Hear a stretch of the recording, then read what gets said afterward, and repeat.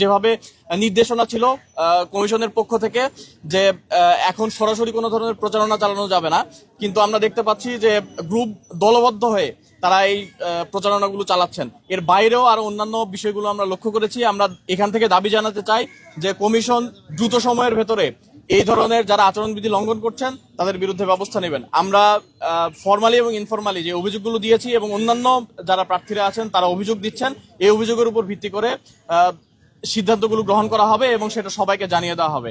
এ পর্যায়ে কথা নিয়ে আসবেন জিএস প্রার্থী এস এম ফরাদ ভাই, সভাপতি বাংলাদেশ ইসলামী ছাত্র শিবির, ঢাকা বিশ্ববিদ্যালয়। আসসালামু আলাইকুম রহমতুল্লাহ। সবাইকে সুন্দর সকালে স্বাগত জানাচ্ছি। আজকে আমরা প্রতিদিন যেভাবে ক্যাম্পাসে নামাজ এবং অন্যান্য উপলক্ষগুলোতে শিক্ষার্থীদের সাথে সাক্ষাৎ হয়, সেই উপলক্ষে আজকে ক্যাম্পাসে আসছিলাম। এই মুহূর্তে আমরা আজকে পর্যন্ত গতকালকে একবার ব্রিফ করেছি। আজকে আমরা এখনো লক্ষ্য করছি নির্বাচন কমিশন এখন পর্যন্ত আমাদের পক্ষ থেকে জানানো কনসার্নগুলো আমলে নিচ্ছেন না।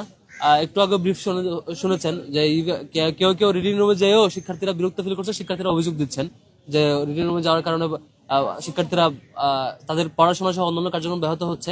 আমরা নির্বাচন কমিশনকে অনুরোধ করব এই ধরনের কেউ যদি নীতিমালা ভঙ্গ করে তাদের প্রতি যে ব্যবস্থা নেওয়া দরকার সেটি যাতে নির্বাচন কমিশন ঠিকঠাক ভাবে নেন। একই সাথে আপনারা লক্ষ্য করেছেন ডাকসু নির্বাচনকে কেন্দ্র করে ডাকসু নির্বাচনের প্রতিপক্ষকে বা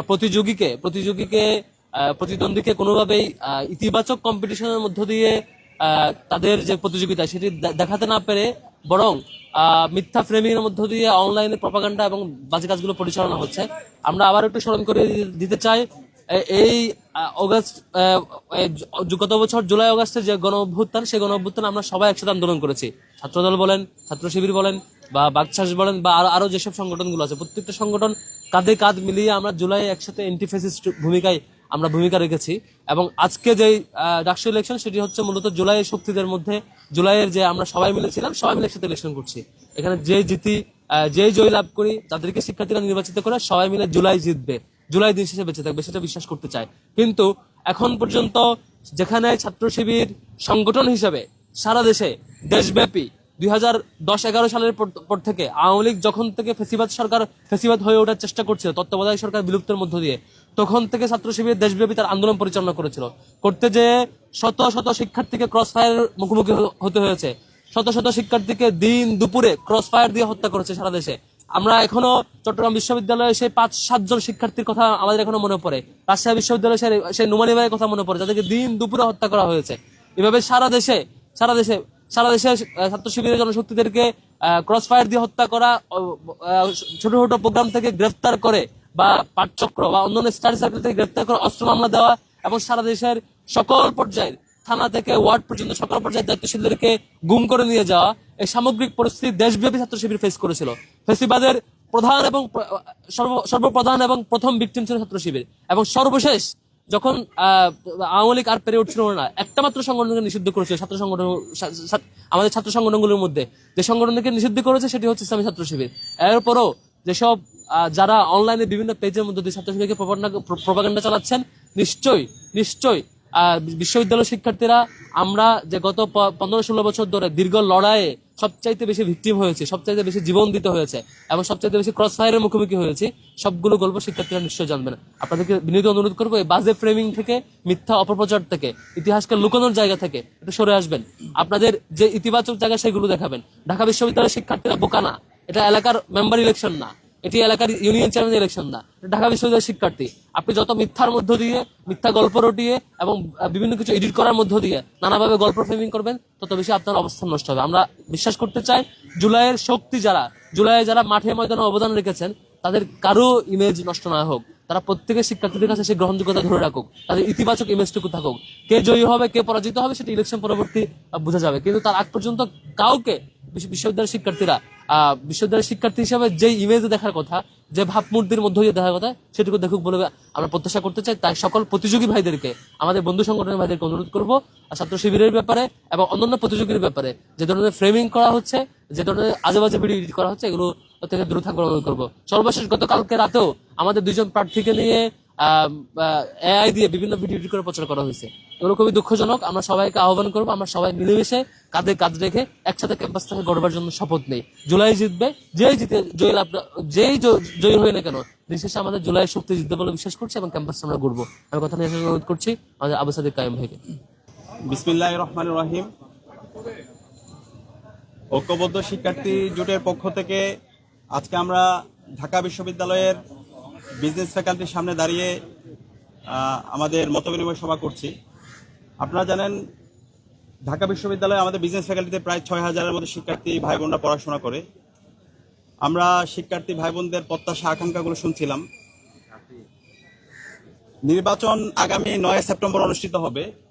শিক্ষার্থীরা খুবই আশঙ্কা প্রকাশ করছে, কারণ অধিকাংশ ডিপার্টমেন্টের এই সময়ের মধ্যে অনেকগুলো পরীক্ষা আছে, কারো ক্লাস টেস্ট, কারো মিড টার্ম, কারো বিভিন্ন ধরনের অ্যাসাইনমেন্ট, প্রেজেন্টেশন। তো এই যে আপনার নির্বাচন উপলক্ষে উৎসবমুখর পরিবেশ বিরাজ করছে, সে জায়গায় এই পরীক্ষার কারণে শিক্ষার্থীরা নির্বাচনী যে প্রচারণা এবং নির্বাচন কেন্দ্রিক যে অ্যাক্টিভিটিগুলো আছে সেই জায়গায় তারা বাধাগ্রস্ত হচ্ছে। সেই জায়গা থেকে আমরা বিশ্ববিদ্যালয়ের প্রশাসনকে জানিয়েছি, যেহেতু ডাকসু নির্বাচন সারা দেশের মানুষ আমাদের দিকে তাকিয়ে আছে এবং আমরা এর মাধ্যমে একটা গণতন্ত্রের নজির স্থাপন করতে চাই, সেই জায়গা থেকে যে পরীক্ষাগুলো আছে সেই পরীক্ষাগুলো 9 সেপ্টেম্বরের পরে যদি নিয়ে যাওয়া যায় তাহলে এটা সবার জন্য ভালো হবে। তো এই ইতিমধ্যে আমরা বিশ্ববিদ্যালয় প্রশাসনকে জানিয়েছি এবং এটা হচ্ছে শিক্ষার্থীদের অন্যতম একটা প্রত্যাশা, তাদের আকাঙ্ক্ষা। এর পাশাপাশি আমরা দেখতে পাচ্ছি আমরা বিশ্ববিদ্যালয়ের শিক্ষার্থীদের উচ্ছ্বাস, কিন্তু আমরা যারা প্রার্থীরা আমাদের আইডিয়াগুলো শিক্ষার্থীদের কাছে পেশ না করে বরং কাদা ছুড়াছুড়ি করতে, বিভিন্ন ধরনের আচরণবিধি লঙ্ঘন করতে, আমরা সবাইকে দায়িত্বশীল আচরণ করার জন্য অনুরোধ করছি।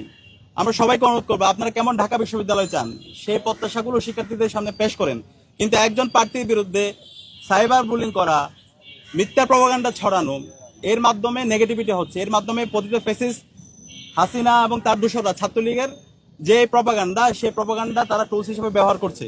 তো সেই জায়গা থেকে আমাদের সবাইকে আমি দায়িত্বশীল আচরণ করার জন্য অনুরোধ করব। এবং আজকে আমরা যেই ফ্যাকাল্টির সামনে দাঁড়িয়ে আছি সেটা হচ্ছে বিজনেস ফ্যাকাল্টি। বিজনেস ফ্যাকাল্টির শিক্ষার্থীরা অসংখ্য সমস্যার মধ্যে দিয়ে যাচ্ছে। আজকে যে এখানে লাইব্রেরি আছে, লাইব্রেরি, সেই লাইব্রেরি 2023 সাল থেকে বন্ধ আছে। এখানকার 6,000 শিক্ষার্থী এবং অনাবাসিক যে শিক্ষার্থীরা আছে তারা সিঁড়িতে বসে, তারপর হচ্ছে যে বাইরে লাউঞ্জে বসে তাদেরকে পড়াশোনা করতে হচ্ছে। তো এটা তো বিশ্ববিদ্যালয়ের প্রধান কাজ, যে লাইব্রেরি ফেসিলিটি দেওয়া, এটা একটা মৌলিক কাজ। কিন্তু শিক্ষার্থীরা বিভিন্ন সময়ে দাবি দাওয়া উত্থাপন করেছে, কিন্তু এখন পর্যন্ত বিশ্ববিদ্যালয় প্রশাসন কোনো কার্যকর উদ্যোগ নেয় নাই। তো ইনশাআল্লাহ শিক্ষার্থীদের ম্যান্ডেট পেয়ে আমরা যখন বিজয় হয়ে আসবো, ইনশাআল্লাহ আমরা সবার আগে এই লাইব্রেরিটাকে সংস্কার করবো এবং এই লাইব্রেরিকে ওপেন করবো। ঢাকা বিশ্ববিদ্যালয়ের বিজনেস ফ্যাকাল্টির এই লাইব্রেরিকে আমরা সচল করব। এবং এর পাশাপাশি এখানে যে ক্যান্টিন আছে, সেই ক্যান্টিনের যে খাবার এবং খাবারের যে দাম অনেক বেশি এবং শিক্ষার্থীদের সাথে এক ধরনের বাণিজ্য করা হয়। তো এই ধরনের বাণিজ্য আমরা বন্ধ করবো। এখানে ভর্তুকি দিতে হবে এবং এটা শিক্ষার্থীদের সুলভ মূল্যে ক্যান্টিনের খাবারের মান নিশ্চিত করতে হবে।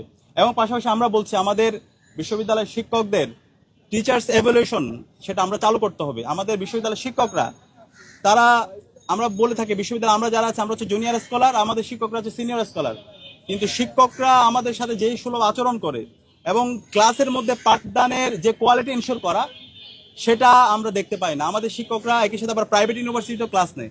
তারা প্রাইভেট ইউনিভার্সিটিতে যেভাবে সিরিয়াসের সাথে ক্লাস নেয়, আমাদের এখানে শিক্ষার মান এবং হচ্ছে পড়াশোনার যে কন্টেন্ট সেগুলো মনে হয়েছে হচ্ছে একটা খুবই গা ছাড়া দেওয়া ভাব। তো সেই জায়গা থেকে আমাদের যে ইস্তেহার সেই প্রস্তাবনা অবশ্যই থাকবে। এখানে অবশ্যই শিক্ষক মূল্যায়নের জন্য ছাত্ররা যেন মূল্যায়ন করতে পারে, টিচার্স এভ্যালুয়েশন সেই সিস্টেমটা আমরা চালু করব। তো আমরা শিক্ষার্থীদের আকাঙ্ক্ষা এবং জুলাইয়ের যে আকাঙ্ক্ষা, সেই আকাঙ্ক্ষার আলোকে আমাদের ইস্তেহার খুব দ্রুত সময়ের মধ্যে আপনাদের সামনে নিয়ে আসবো। এবং আমরা সবসময় বলছি আমরা এমন একটা ঢাকা বিশ্ববিদ্যালয় বিনির্মাণ করতে চাই যেখানে কোনো ধরনের জুলুমতন্ত্র থাকবে না, যেখানে কোনো ধরনের দাসত্ব থাকবে না, এবং যেখানে শিক্ষার পরিবেশ থাকবে। এবং এই বিশ্ববিদ্যালয়টা হবে একটা গবেষণা ভিত্তিক বিশ্ববিদ্যালয়। যে রাজনীতি করতে চায় তারও অধিকার থাকবে, আর যে রাজনীতি করতে চায় না সেও তার রাজনীতি না করার সে অধিকারটা থাকবে, সবাই মত প্রকাশের স্বাধীনতা পাবে।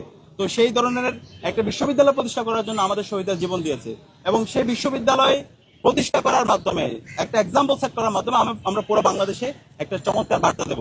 এবং এই যে ইউনিটি ইন ডাইভার্সিটি, বৈচিত্র্যের মধ্যে যে ঐক্য বিনির্মাণ করা সম্ভব, সেটাই ঢাকা বিশ্ববিদ্যালয়ে আমরা বিনির্মাণ করে আমরা পুরো বাংলাদেশে চমৎকার একটা বার্তা দিতে চাই। তো আপনাদের সবাইকে ধন্যবাদ এতক্ষণ ধরে আমাদের কথাগুলো শোনার জন্য। আসসালামু আলাইকুম।